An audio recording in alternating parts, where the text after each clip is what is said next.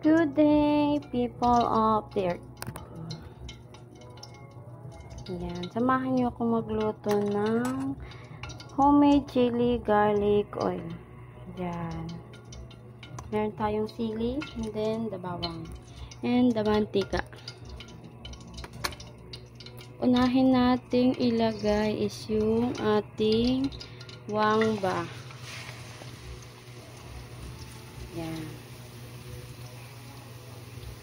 Ilang natin yung ating bawang.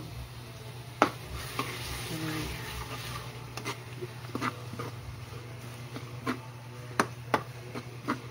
Fried lang natin siya hanggang lumabas na yung aroma niya, yung mabango na siya. Yan. Tapos, sunod na natin ang ating sili. Yan.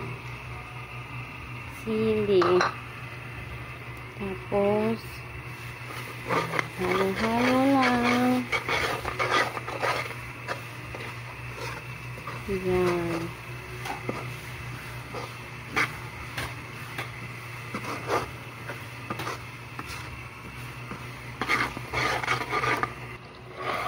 Dire-diretso nyo lang siyang haluin. Yan.